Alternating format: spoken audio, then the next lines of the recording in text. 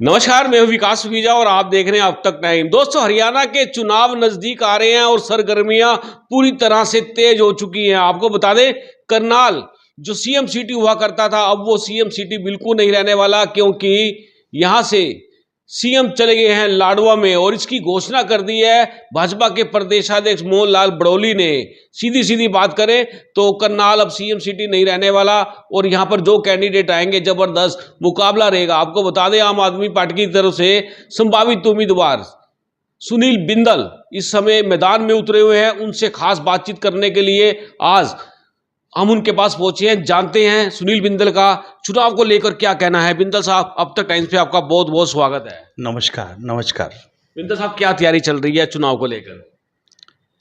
देखिए, जो आपने कहा, पहले तो मैं उसके विषय में कुछ बताना चाहूँगा। जो मनोहर लाल जी के जो लाडले हैं वो लाडवा से चुनाव लड़ रहे हैं मेरे ख्याल, जो अभी आप कह रहे थे। मतलब सीएम का लाडला, पूर्व सीएम का लाडला, मतलब सीएम वो लाडवा से चुनाव लड़ेगा है? मनोहर लाल जी के लाडले लाडवा से।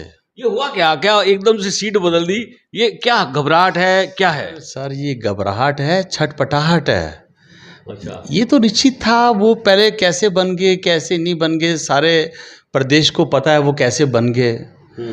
उनका यहाँ कोई औचित्य नहीं है। उनको यहाँ के कोई गली कूचे लोगों का मजाज कुछ पता है क्या उनको?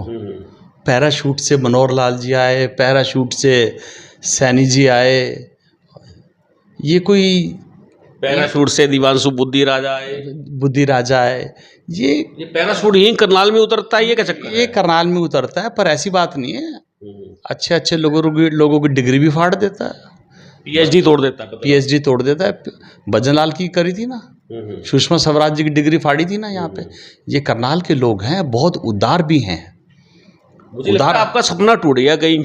आपको उम्मीद थी है? मेरी मनोहर लाल जी के अगेंस्ट चुनाव लड़ने की इच्छा थी। मनोहर लाल जी तो लाए मुझे राजनीति में।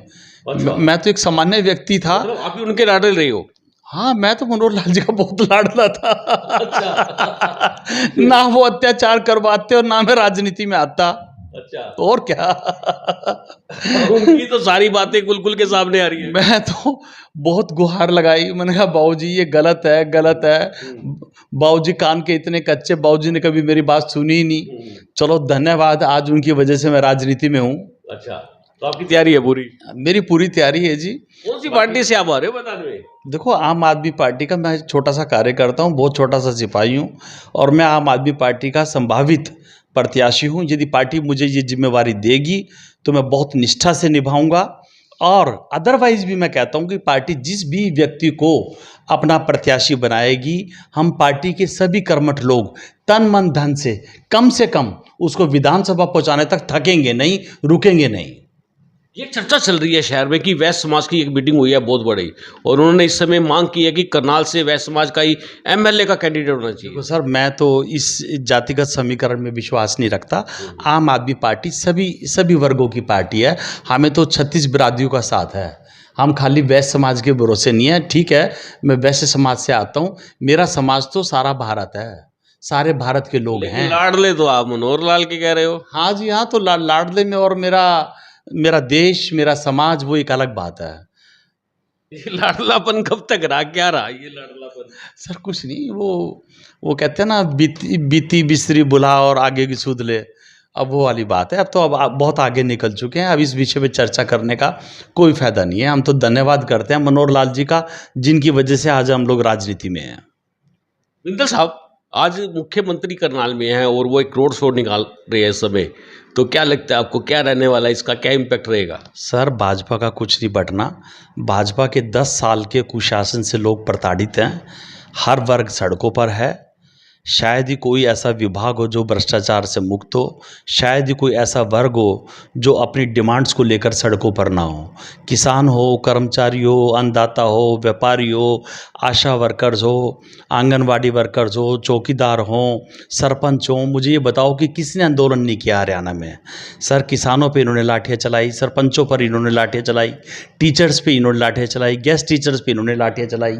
बेहद शर्म की बात है कि किसानों को देखो किस तरीके से इन्होंने पानी वाटर कैनन्स वगैरह चलाई, उनको जानने दिया, बोलने की आज़ादी सरकार में नहीं, भ्रष्टाचार चरम सीमा पर, बेरोजगारी चरम सीमा पर, महिला उत्पीड़न चरम सीमा पर, लॉ एंड ऑर्डर बिल्कुल निचले पायदान पर। इस सरकार ने किया क्या? टूटी सड़कें, एक ये स्वास्थ्य के नाम पर ये जो कल्पना चावला मेडिकल कॉलेज है ये रेफरल हॉस्पिटल बन गया है, सीएम सिटी ना होकर धरना सिटी बन गया है क्या यहाँ? कोई 10 मीटर का टुकड़ा ऐसा नहीं जो आप बिल्कुल साफ दिखा दो। काहे का सीएम सिटी सर, क्या है? तो मुक्ति मिल गई। हाँ, शुक्र है गुरु महाराज का, सीएम सिटी से मुक्ति मिल गई। अब लोगों से कुछ कहना चाहोगे आप? मैं लोगों से यही कहना चाहता हूँ कि आपने 10 साल का भारतीय जनता पार्टी के कुशासन को झेला, अब तीसरे विकल्प के रूप में आम आदमी पार्टी मैदान में है, जो आपके बच्चों के भविष्य के लिए अच्छे स्कूल की योजना लेकर आ रही है। हम प्रदेश की जनता से ये वादा करते हैं, दिल्ली और पंजाब की तरह आपको अच्छे स्कूल देंगे, अच्छे शिक्षा के मंदिर देंगे।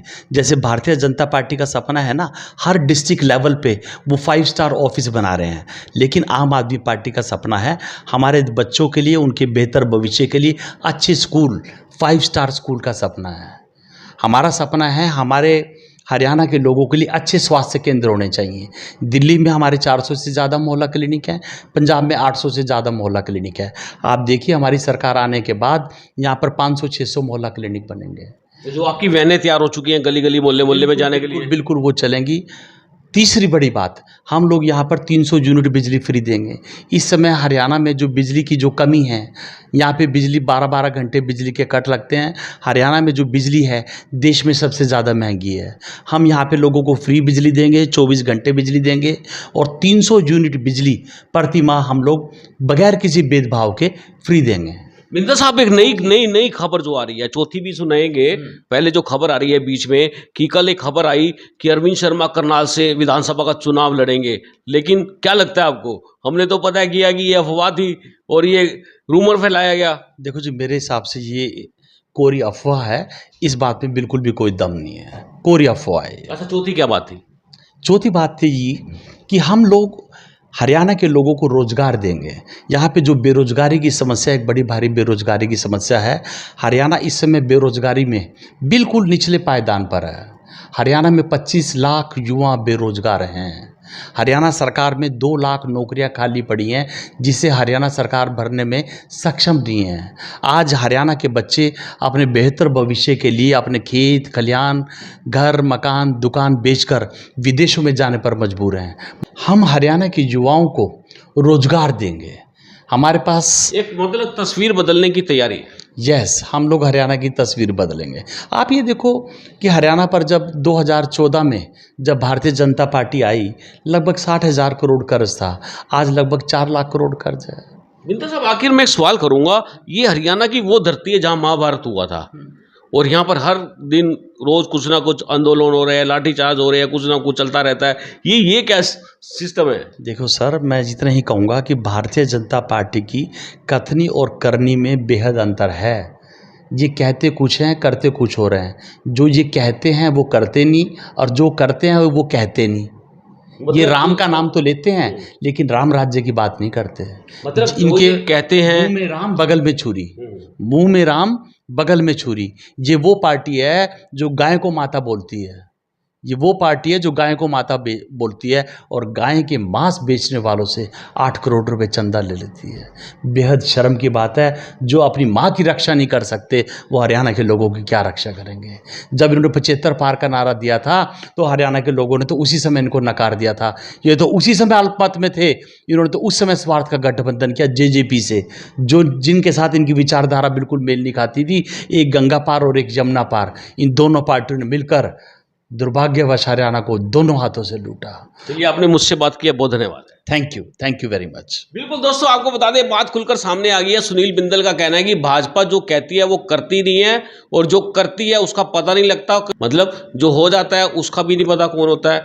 ये आप समझ आना कि ये जो करना कराना होना हवाना, ये बड़ा मामला है। हम चाहेंगे इस खबर को ज़्यादा से ज़्यादा शेयर कर देना। आप देख रहे हैं अब तक टाइम्स में विकास वीजा अपने साथी के निशाद के साथ। नमस्कार, जय हिंद, जय भारत।